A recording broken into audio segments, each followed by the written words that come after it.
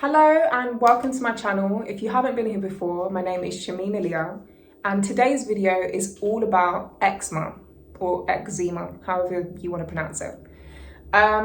This is something that's really close to my heart because I basically had it from when I came out of the womb and only cured it properly, and I haven't had any eczema since then at the age of 23. So I'm going to take you through my whole story and then how I discovered my cure and how it's been since then. Let's get into it. What is eczema?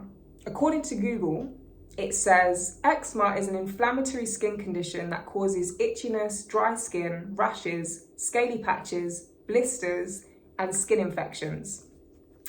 And then it says anyone can get eczema at any age, and the symptoms usually appear during childhood and last right into adulthood. So let me take you into my story. So I basically came out of the womb with eczema. When I was a newborn baby, I didn't really look like a newborn baby. I was a bit swollen. All babies are swollen, but I was like red, like a little tomato. I had sores around my mouth and just like redness in all the creases in my arms, in my legs, and mainly on my face. So my mum took me home from the hospital and she was just breastfeeding me normally. And maybe like a week or two later, she noticed that my skin really flared up. So she took me back to the doctors and they said to her, she might be allergic to your breast milk, which is quite hard for a parent to hear because it's like, you know, that's quite tough to hear. So yeah, she went home and kind of didn't want to believe that. So she continued to breastfeed me. And about 3 months later, my skin wasn't getting any better. So she took me back to the doctors and they said, look, her skin's not getting any better. Why don't you try her on formula? So she did. She put me on formula milk and my skin went through the roof. It was like blotchy patches, really red. I was very uncomfortable, crying a lot and just not settled at all. So she took me back to the doctors and they said to her, well, she's clearly allergic to that. Why don't you try her on goat's milk? So she put me on goat's milk and the eczema didn't go away, but it was the most, it brought it down from what it was from the breast milk and the formula. It was like the best it had been from I was born. So to them, that's like, okay, well, she's getting better. We'll keep her on the goat's milk. So I was literally on goat's milk. I can't believe I'm saying that. I was on goat's milk from like 3.5, 4 months, up until I was like 9-10 months when I could actually properly take in food and started to eat, and I didn't need a night bottle for comfort anymore. So then I came off the goat's milk. But no one actually looking at the real cause of this. So anyway, continuing on, start primary school, all of that. By this age, say around like 4, 5, I have eczema over my whole body. I had it on my eyes, I had it here, I had it here, I had it on my neck, I had it on my hands, I had it on my creases in my arms, I had it on the back of my legs at the top, on my thighs, I had it at the creases at the back of my knees. And it was so uncomfortable. I could not stand being in my body. Like, what this does to a child is it makes you feel like an alien. And I wouldn't call it bullying or anything like that, but people would make little comments when I went to school. Like, I remember this one boy, I was having a really bad skin day and I went to school and he was like, oh, what's wrong with your skin? And I just told him to shut up. But that really hurt me, and it made me feel like I was an alien. I felt like I'd just been dropped on this planet. I was in this really weird body that no one else, like this issue that no one else had to deal with. I felt like I had an incurable disease because the doctors it was like you're going to the people that you're supposed to be able to trust for a cure. And they're just like, try this cream, try that cream, try this cream. I've got the list. let's go through the list quickly. Let's just have a look, see if anyone's dealing with anything like this. So the creams that I used to get prescribed from the doctors for the bath were Aqueous cream, emulsifying ointment, and Oilatum. Now, aqueous cream used to absolutely burn me. If my mum put that on me, I used to scream, like cry in agony. It would literally feel like you've got 3rd-degree burns. Like, they would put that on and it would burn. So I do not recommend that ever. I don't recommend any of these creams, but I'm just gonna speak to you about my journey and we'll get into some of the creams you can use at the end. But anyway, aqueous cream is horrendous. Never, ever use that on anyone's skin. It is horrible and it stinks. It absolutely stinks. If I smell that, it just floods in my memories. I can't. It stinks, it burns, it's horrible. I don't know who created that, but it needs to get gone. They need to get gone with that. No. The ones I used to like but are not good for you are emulsifying ointment and Oilatum. And emulsifying ointment is basically a paraffin wax. And I'll tell you how a paraffin works. It says, paraffin is commonly used in dry skin creams because it's cheap. It can also feel instantly effective when it comes to hydrating parched skin patches, forming a light protective barrier over the surface of our skin. The intention is that the cream locks in moisture. The problem here is that it also locks out moisture. They literally put an invisible plaster over our skin and stop it from breathing in moisture particles from the air. The waterproof barrier these creams can create can clog pores and cause breakouts. Furthermore, used over an extended period of time, they reduce our skin's ability to function normally and regenerate new cells effectively. You might find instant relief when first applying these thick, greasy creams, but over time you'll find yourself needing to reapply them more often. This is because our skin can't do its intended job of producing sebum. So it becomes reliant on creams for hydration. So it becomes reliant on creams for hydration. You're replacing your skin's natural task with a synthetic alternative. And also, paraffin is highly flammable. So, you know, not that you're going to be exposed to fire, but it's just like, you know. Anyway, so that's a quick breakdown of why they're not good. They just kind of put a plaster over the issue. So that was the bath stuff I used to get. And then some of the creams that I used to get prescribed were Diprobase. I can't stand the smell of that. It stinks. It absolutely stinks. And I just felt like my skin used to get even more dry when I used to use that. Stay away from that. E45. It is horrible. It used to burn me again like aqueous. It used to absolutely burn my skin. As soon as they would prescribe that, I would put it in the cupboard, like away, so no adult could put that on me. Like I would hide it. I do not like that cream at all and I would never use it on anyone. Right, okay. And then hydrocortisone, which is a steroid cream. And how that works is it actually thins the top layer of your skin, the epidermis, which is really, really dangerous because how we're naturally supposed to get energy from the sun, it thins that layer and weakens it and your auric field. And what it can do is actually expose you to things like skin cancer, which is really dangerous. I would never, ever use that in the sun.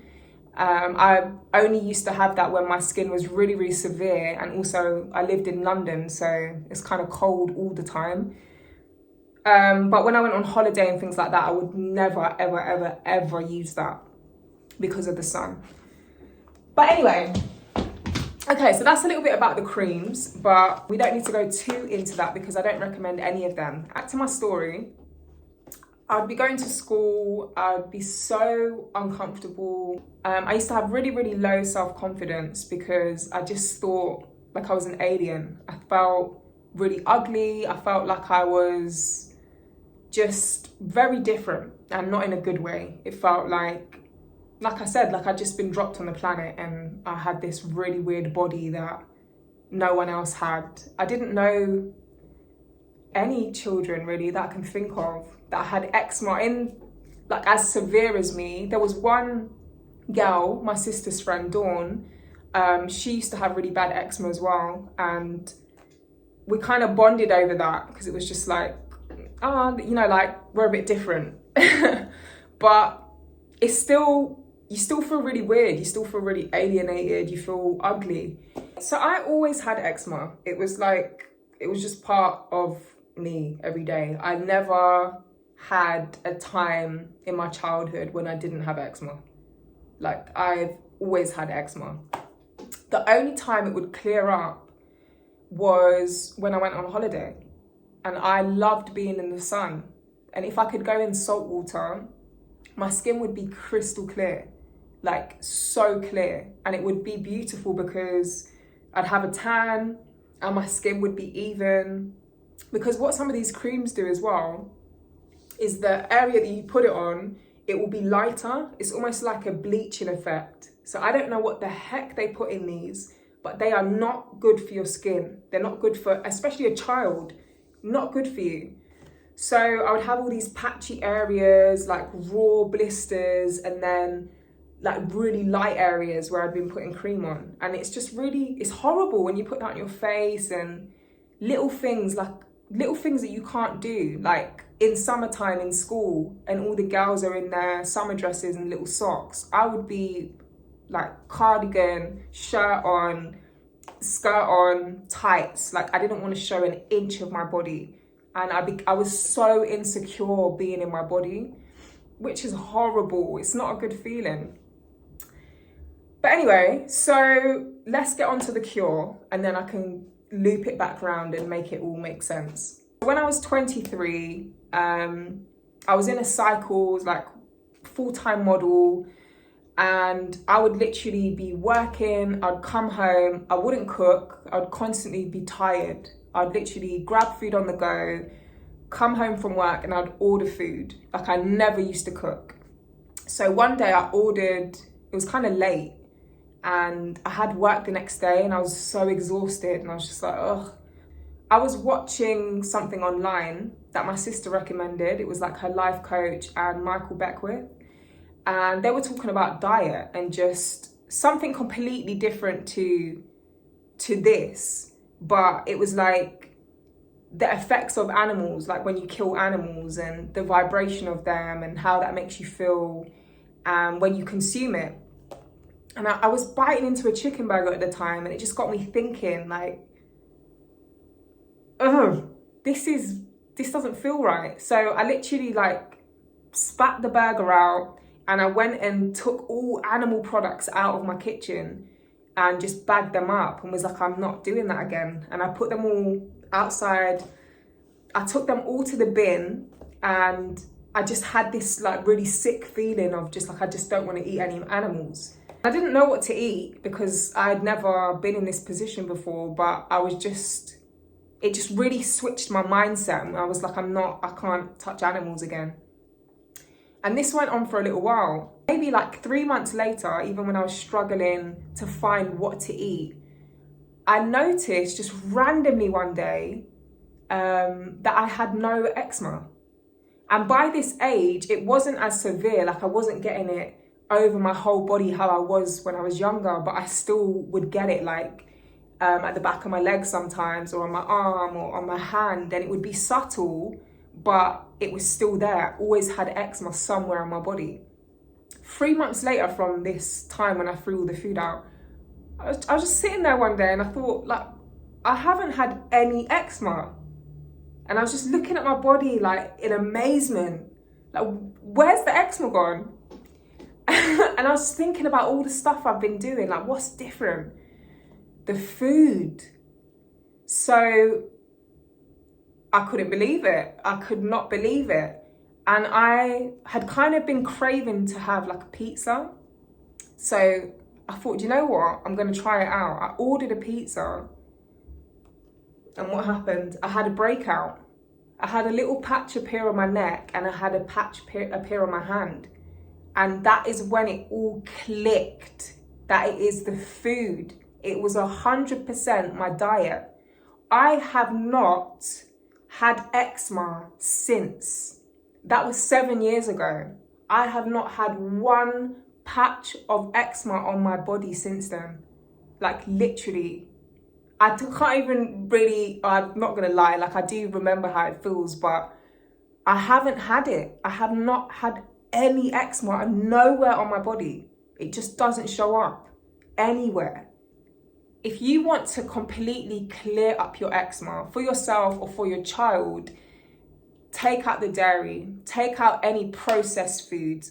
I'm not saying to become vegan, but I know for a fact that the only thing that was consistent from my childhood up until 23 was the fact that I used to consume dairy, because other things just kind of came out naturally. I didn't like eating certain foods or certain textures, but I always had dairy in my diet.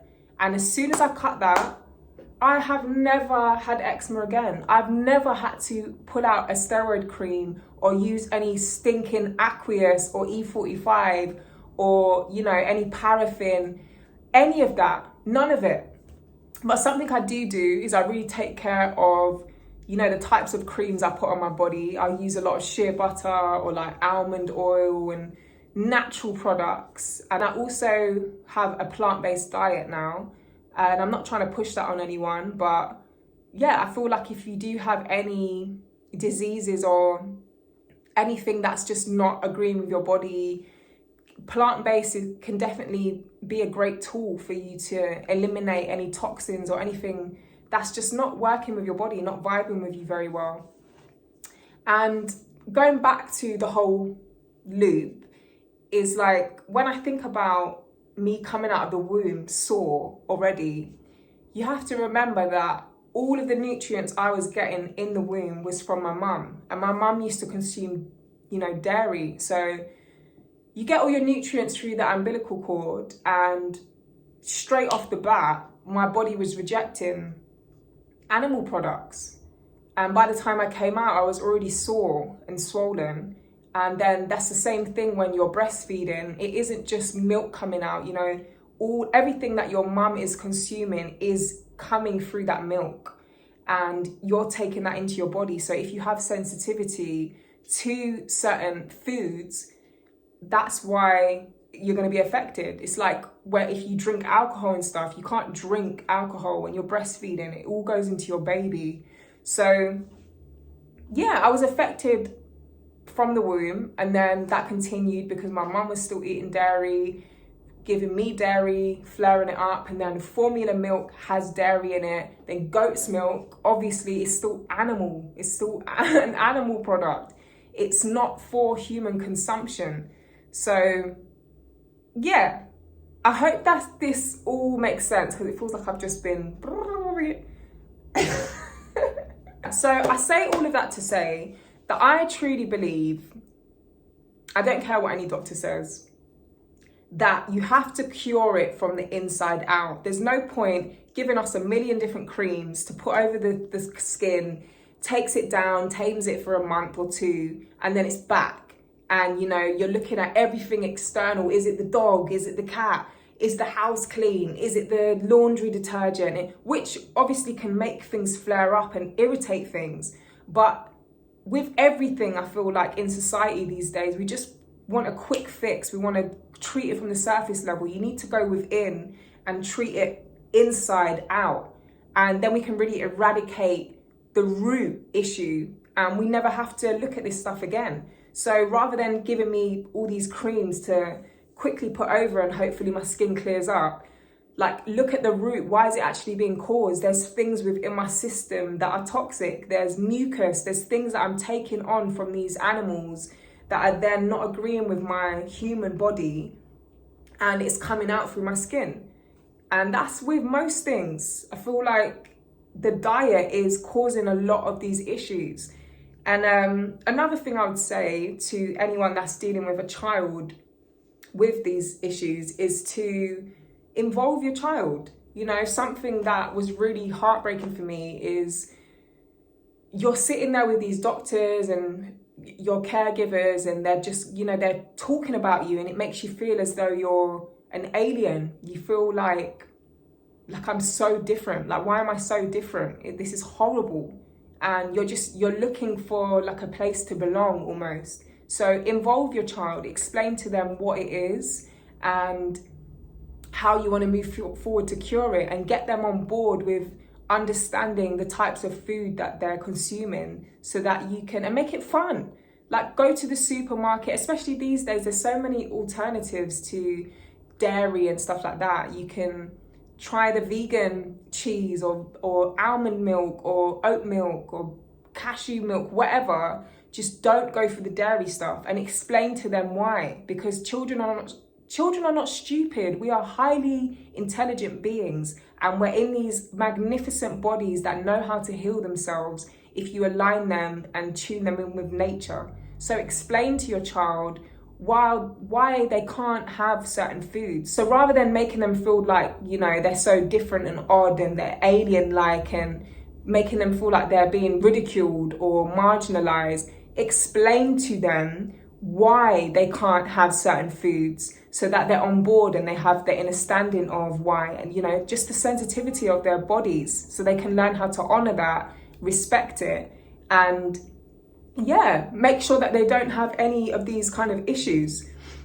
Something that I noticed as well when I started to change my diet, I had a bit of backlash from people around me, like, oh, like, who do you think you are? You think you're a princess, or like, I don't know, diva or whatever. And it's absolutely ridiculous. No, I just highly respect my body, and I'm not going to put anything in it that causes me pain and discomfort. And if I'd had this information long before, I would have done it from back then, but I didn't. So I hope that this video can help you actually understand it's going to be a journey. It might take a couple of months to really show, once you start to clean up the child's diet, or an adult, if you're watching this for yourself. It can take a couple of months. Your body needs to cleanse and take all the crap out, the mucus, all the stuff that you've consumed from these animals.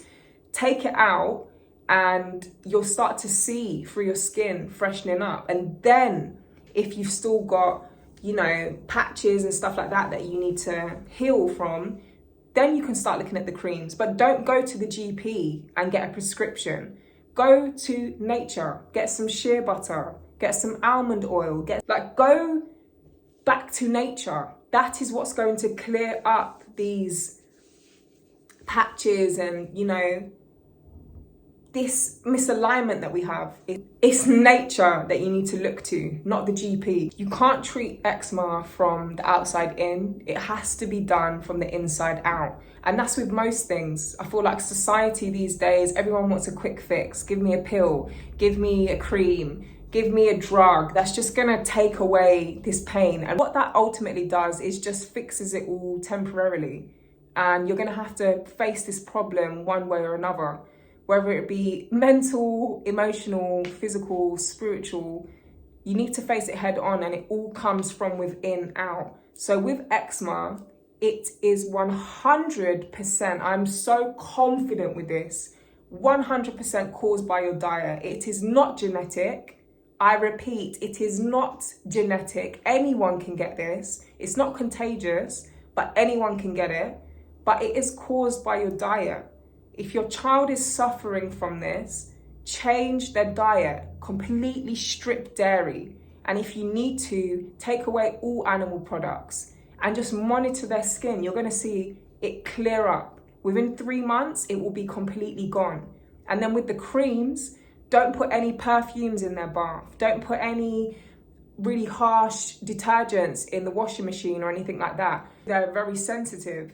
But you can strengthen their immune system, give them more natural products, and find all the alternatives for, the dairy products. Stay away from processed food. It all comes down to your diet. Don't give them any processed food. Don't give them any dairy. And if you can, if you have the discipline and you're open to educating yourself, go plant-based. And you will never see eczema pop up again, ever. Ever, I promise you. yeah, if you have any questions or anything, I am more than happy for you to reach out to me, and I will give you some tips and, you know, shops and places you can get different creams and stuff like that. I'm also going to link a website below to just explain kind of what I went over with the creams and why you should really stay clear of, you know, some of these big brands we know, because they're really, really harmful to our skin, especially if you have a more delicate kind of sensitivity level. I wish you the best on your healing journey, and don't feel like you've got a disease or like you're an alien or like you're ugly or anything like that, because you're not. And this is something that you can clear up very simply by shifting the way you look at food and your relationship to food. So I think I've covered everything. I hope so. Ooh. But yeah, on that note, thank you for watching, and I send you many blessings on your healing journey, and I will catch you in the next one.